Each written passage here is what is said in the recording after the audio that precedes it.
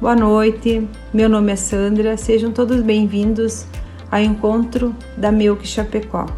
Eu vou ler uma mensagem bíblica onde Jesus fala a seus discípulos, que é no livro de João, capítulo 16, versículo 33. No mundo tereis aflições, mas tende bom ânimo, eu venci o mundo. A aflição, esse sentimento de agonia, angústia, preocupação, que quase que diariamente faz parte de nossas vidas, ou de nós, ou de nossos amigos, de algum familiar nosso que está passando por alguma situação triste. E o que mais Jesus quer dizer? Tantas passagens onde fala sobre o medo, tendes bom ânimo, força, coragem, perseverança, fé, confiança em Deus, para chegarmos e alcançarmos nossos objetivos e passarmos por esse momento que nos angustia. E para conseguirmos isso, através da oração. A oração é a nossa arma poderosíssima para chegarmos ao Pai e deixarmos essas preocupações com Ele, porque enquanto nós oramos, Deus trabalha por nós. Um bom encontro a todos.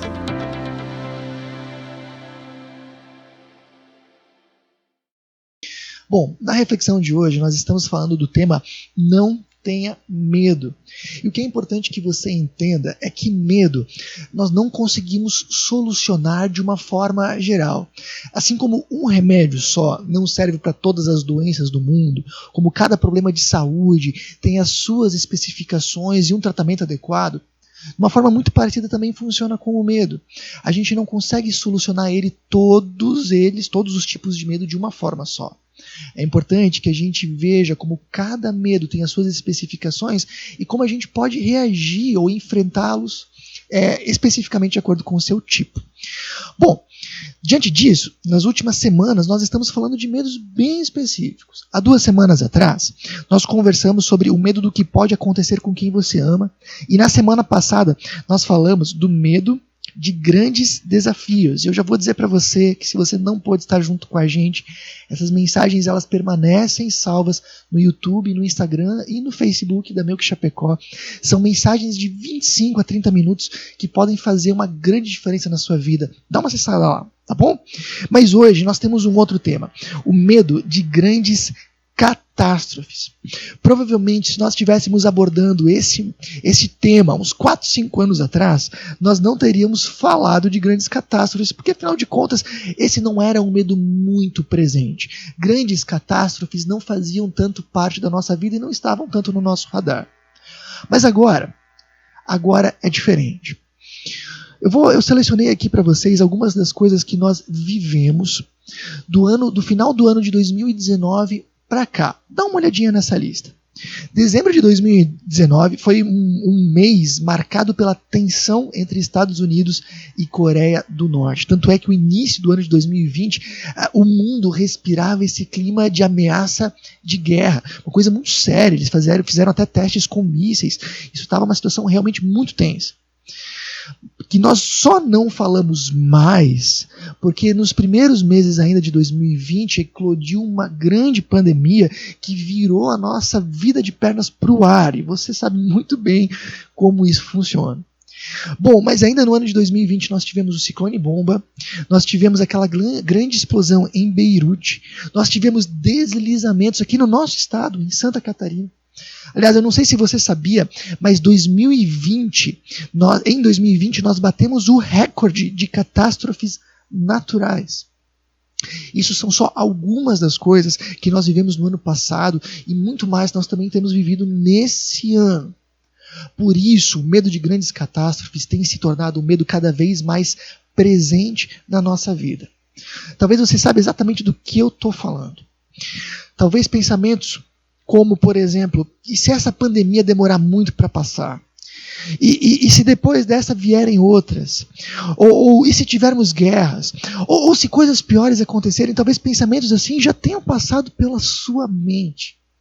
Por isso, é muito importante que a gente fale como vencer o medo de grandes catástrofes.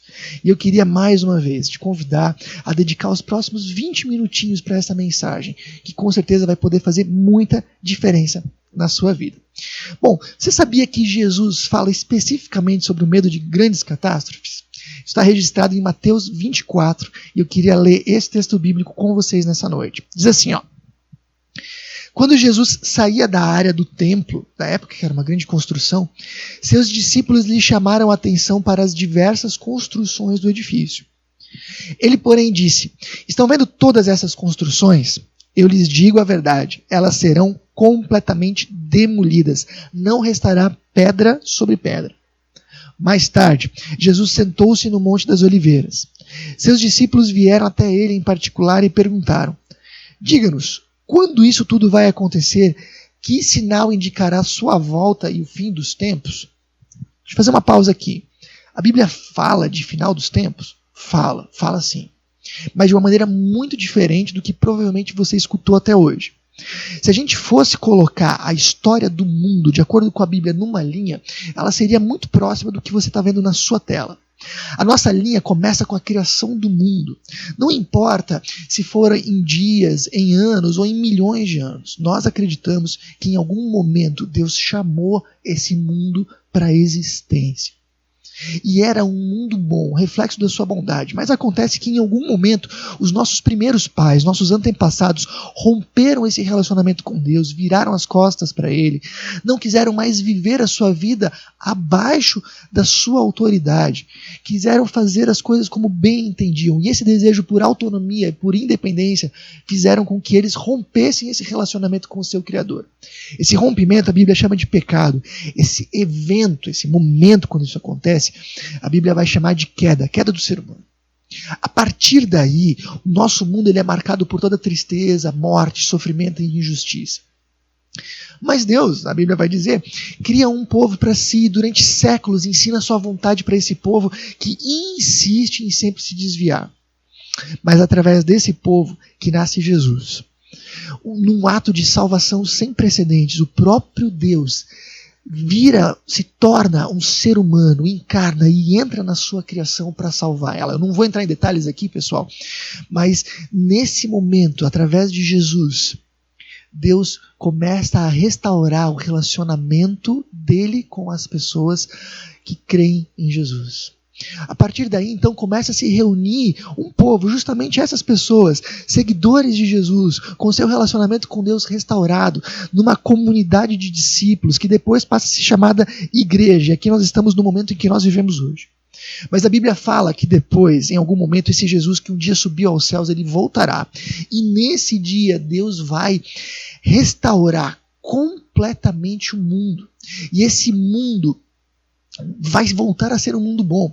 E entenda então, quando a Bíblia fala de final dos tempos, de final do mundo, ela não está falando de uma coisa ruim, de uma coisa catastrófica, como normalmente nós vemos nos filmes. Pelo contrário, é uma coisa excelente. É a resposta de Deus ao nosso clamor. Sempre que nós dizemos, poxa, por que Deus não faz alguma coisa? Por que Deus permite tanta maldade? Por que Deus permite tanta injustiça? A resposta da Bíblia é que um dia Deus vai intervir na história e vai mudar esse mundo, restaurar ele completamente e expulsar toda a maldade, toda a tristeza dele, nesse dia. E é sobre isso exatamente que os discípulos estão perguntando para Jesus: que sinal indicará a sua volta e o fim dos tempos? E aí Jesus responde: não deixem que ninguém os engane, pois muitos virão em meu nome dizendo eu sou o Cristo e enganarão muitos. Vocês ouvirão falar de guerras e ameaças de guerras, mas não tenham medo. Sim, é necessário que essas coisas ocorram, mas ainda não será o fim. Uma nação guerreará contra outra e um reino contra o outro. Haverá fome e terremotos em várias partes do mundo. Tudo isso, porém, será apenas o começo das dores de parto. Então vocês serão presos, perseguidos e mortos. Por minha causa serão odiados em todo o mundo.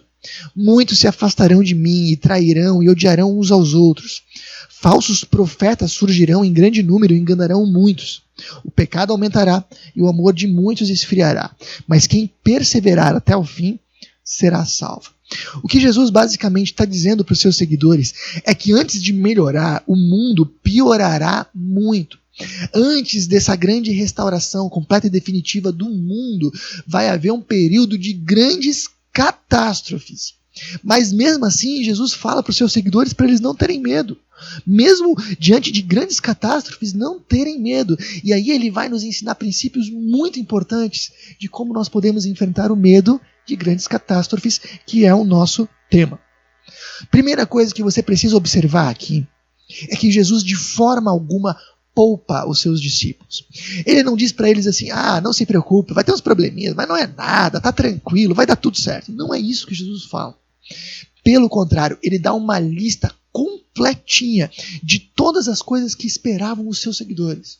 E essa lista incluía espiritualidade falsa se espalhando pelo mundo, incluía guerras, fome, catástrofes naturais, perseguição religiosa, conforme Jesus falou, e aliás, só para você saber, a perseguição ao cristianismo ela aumenta muito atualmente nos países muçulmanos. E também Jesus ainda falou do esfriamento do amor, as pessoas se tornando cada vez mais egoístas, mais individualistas, mais voltadas para si mesmas. E eu penso que essa é uma das grandes características especificamente da nossa época. Mas percebe que Jesus não poupa seus seguidores com um discurso otimista. Não é essa a didática, não é dessa forma que ele prepara eles para grandes catástrofes. Mas, ao mesmo tempo, Jesus também traz esperança. Não é que está tudo perdido. Ele traz esperança relembrando o que viria depois. Falando para eles que se eles perseverassem, eles seriam salvos. Poderiam viver essa eternidade fantástica com Deus. Para a gente entender a postura de Jesus, eu vou usar uma metáfora que ele mesmo usa nesse texto. Ele fala de parto, de dores de parto.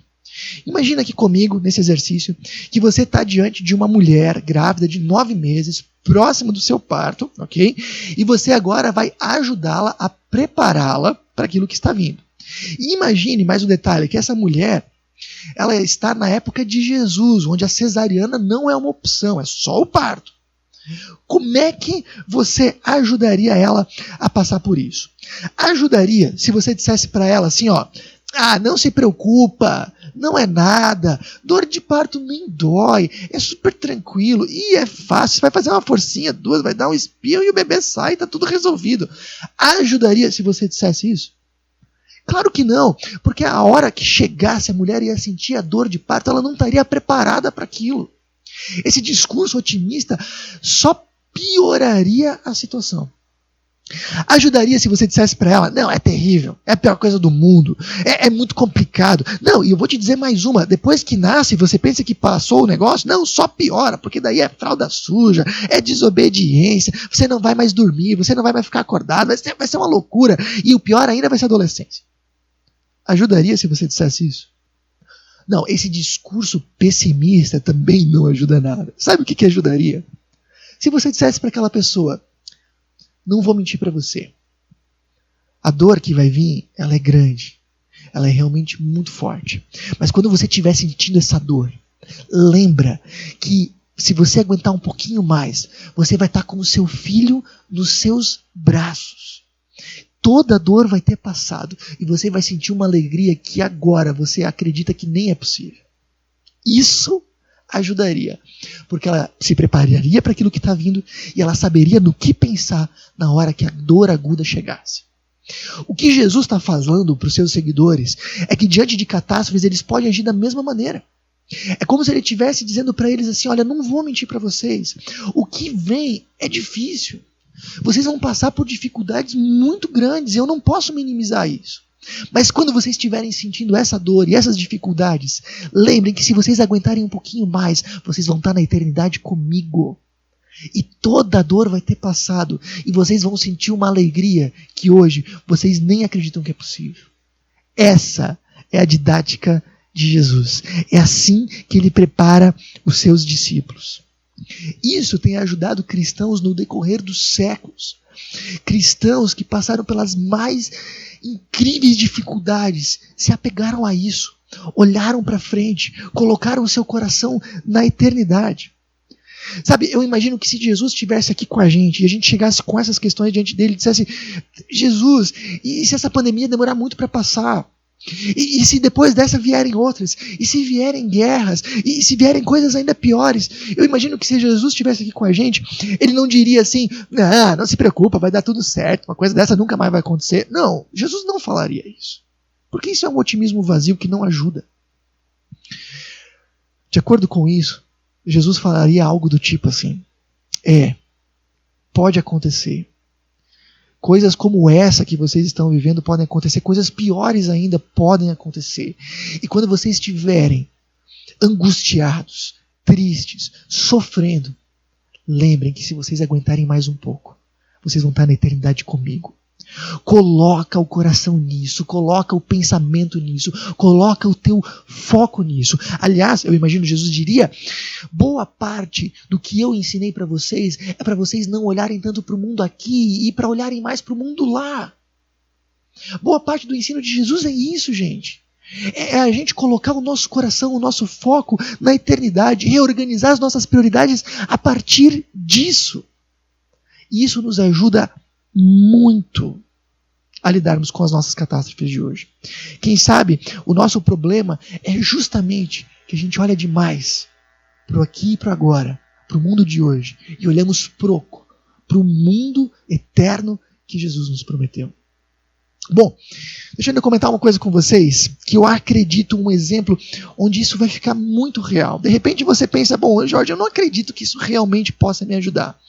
Olha só, você está vendo na sua tela a foto de uma pessoa chamada Almirante James Stockdale. Talvez você nunca tenha ouvido falar desse homem, mas ele tem uma história incrível, que é muito famosa nos Estados Unidos. Ele foi um almirante americano que ficou 8 anos preso num campo de prisioneiros durante a Guerra do Vietnã.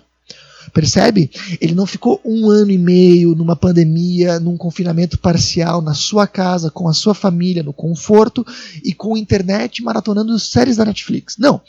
Ele ficou 8 anos num campo de prisioneiros, sem contato nenhum com a sua família, nenhum com o mundo exterior, sendo torturado.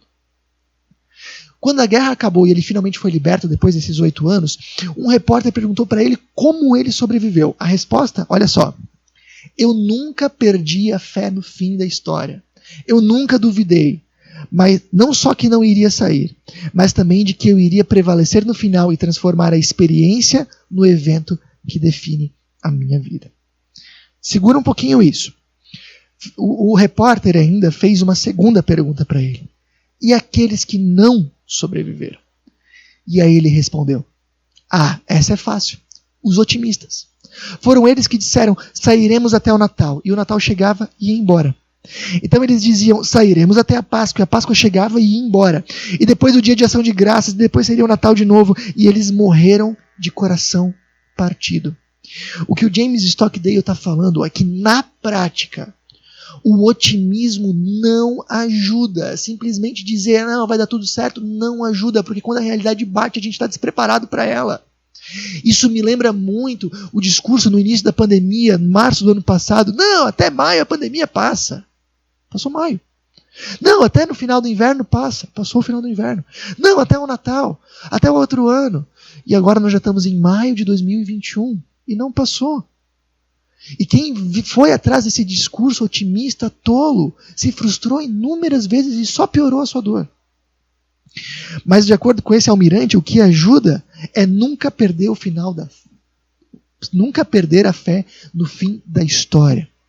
É exatamente isso que Jesus está dizendo para os seus seguidores.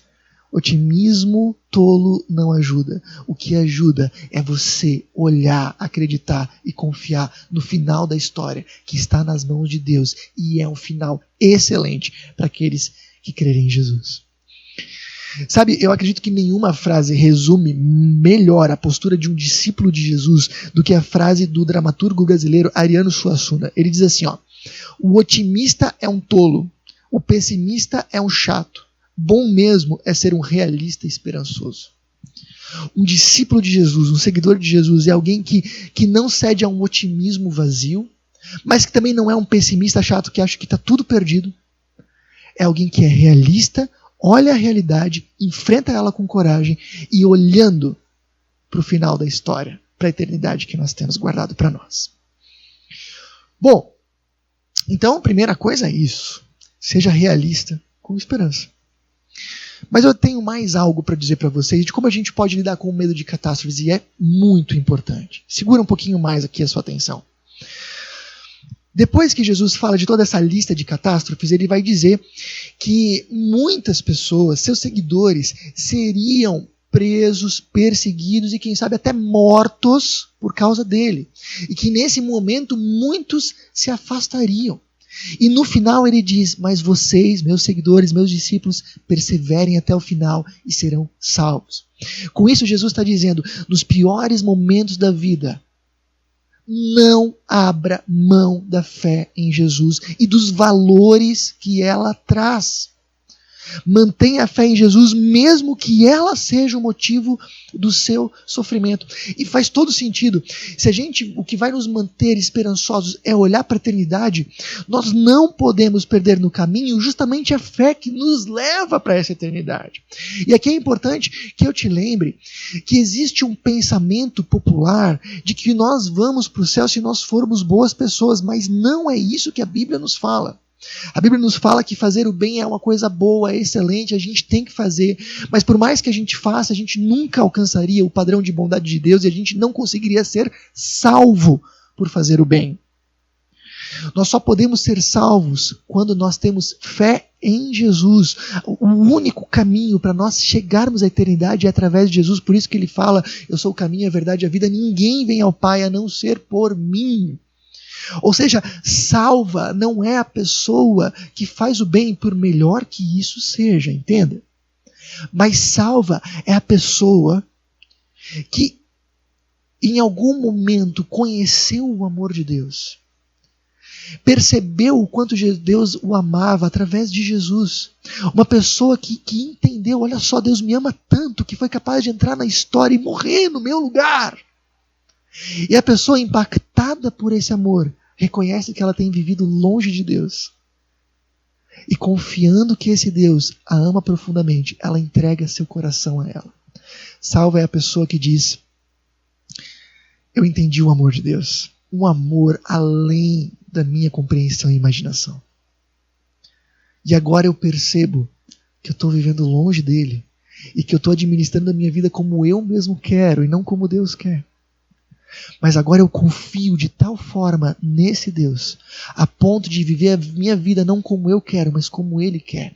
Eu confio a tal ponto nesse Deus, a ponto de fazer da vontade dEle o meu primeiro critério de decisão, não mais a minha vontade. Tem algumas pessoas que chamam isso de conversão, de novo nascimento, aliás, são nomes bíblicos para isso, mas descrevem esse mesmo fenômeno de, constrangidos pelo amor de Deus, entregarmos o controle da nossa vida nas mãos dele, nos colocando de novo sob a sua autoridade. E é exatamente isso que você não pode abrir mão, mesmo nos piores momentos. Ah, Jorge, mas isso é fácil, eu nunca abriria mão da minha fé em Jesus, imagina. Calma, pensa um pouco. Os estudiosos da nossa época falam que em algum momento do século XX nasceu uma geração que faz do prazer ou do medo de sofrer o seu critério de decisão principal. Isso tem até um nome, que se chama hedonismo. Quando nós utilizamos o prazer ou o conforto como critério principal de decisão, isso se chama então hedonismo. Repara como isso está presente. O que a gente está dizendo é que hoje nós estamos vivendo em meio a uma geração que quando tem problemas no trabalho, quando o trabalho se torna desconfortável, pula fora. Vai para outra coisa, não tenta consertar, não tenta melhorar, não tenta aprimorar, vai embora.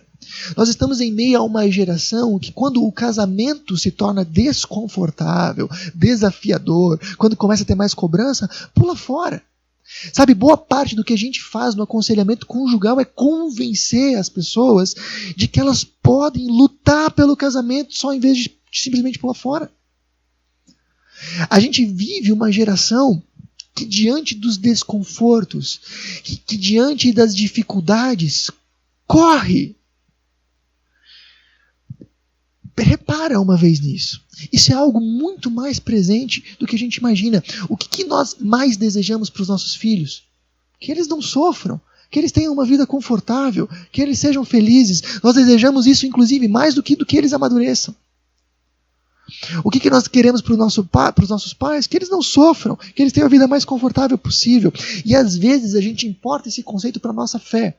Nós buscamos uma fé que deixe a nossa vida o mais confortável possível, que nos anime nos momentos de desânimo, que nos conforte nos momentos difíceis. E claro que a fé ela tem esse papel também, mas eu vou dizer para vocês que o principal objetivo da fé cristã não é tornar a nossa vida confortável. O principal objetivo da fé cristã é nos tornar cada vez mais semelhantes a Jesus e nos preparar para a eternidade. E esse caminho, acredite em mim, muitas vezes ele não será confortável.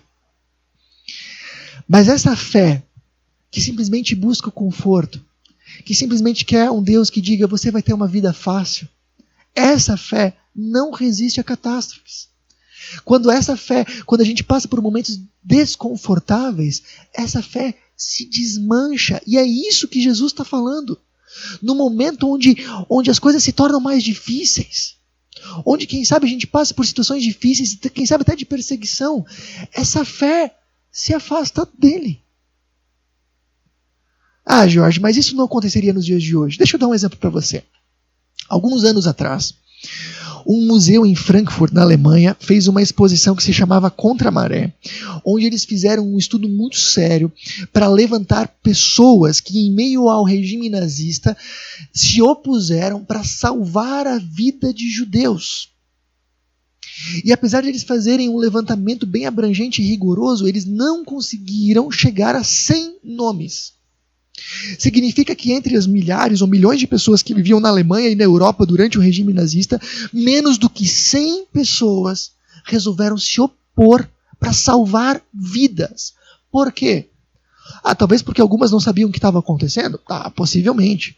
Mas a grande maioria via que tinha algo errado. Pessoas simplesmente sumiam. Alguma coisa estava errada, mas elas não fizeram nada, porque se fizessem, a vida ficaria desconfortável. Se fizessem, colocariam em risco a sua vida e quem sabe até dos seus familiares. E entre aquilo que era certo, entre aquilo que Deus queria e o conforto, optaram pelo conforto, pela segurança. Compreende? Quando nós passamos por dificuldades, facilmente nós negociamos a fé cristã e os seus valores. Facilmente a gente acaba optando pelo caminho confortável em vez da vontade de Deus. Mas uma coisa que é importante que você repare é que dessas quase 100 pessoas, grande parte delas era cristã. E fez isso por convicções de fé. E aqui a gente aprende que os verdadeiros discípulos de Jesus são aqueles que colocam a vontade de Deus e não o prazer como seu principal critério de decisão, mesmo que isso envolva sacrifícios.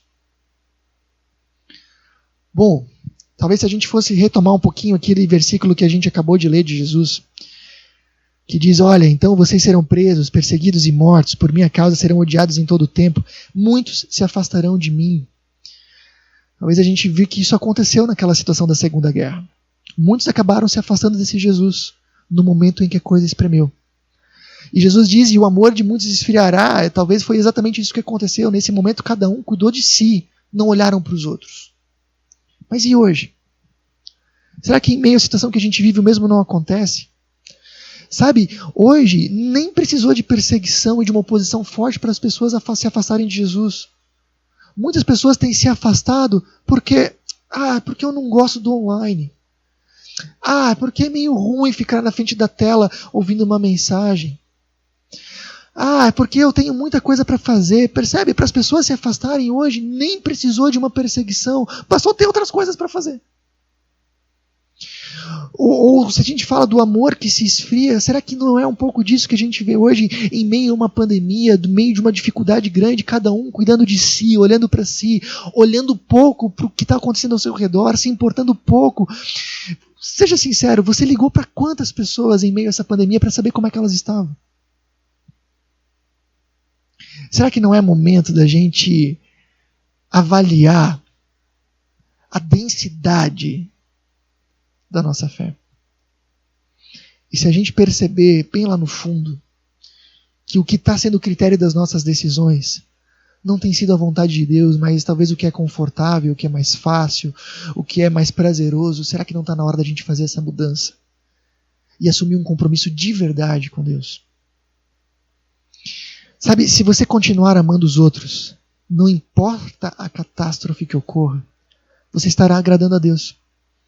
E ainda, os seus problemas, você vai ver, vão se tornar cada vez menores. Se você não se afastar de Jesus, não importa a catástrofe que ocorra, você terá certeza de um final feliz. É isso que Jesus fala. Bom, deixa eu só resumir um pouquinho então aqui. Como vencer o medo de grandes catástrofes? Primeiro, seja realista, mas tenha esperança. Olhe para a eternidade que está à sua frente. Segundo, mantenha a fé em Jesus, mesmo quando for desconfortável. Persevere nisso. Continue buscando a esse Jesus nos meios que forem possíveis, eletrônicos ou presenciais. Continue vivendo os valores da fé cristã, por mais desafiador que seja. É isso. Se você fizer essas duas coisas, você estará preparado para seja lá o que for que estiver à sua frente. E diante disso, queria te convidar para 2 movimentos. Avalie e decida.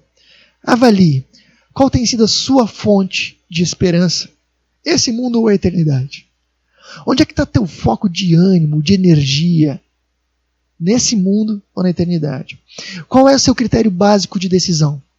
O teu desejo por conforto, por uma vida mais estável, mais tranquila, ou o teu desejo por agradar a Deus? O que lá no fundo tem conduzido a tua vida? Avalie, você tem perseverado na vida de fé?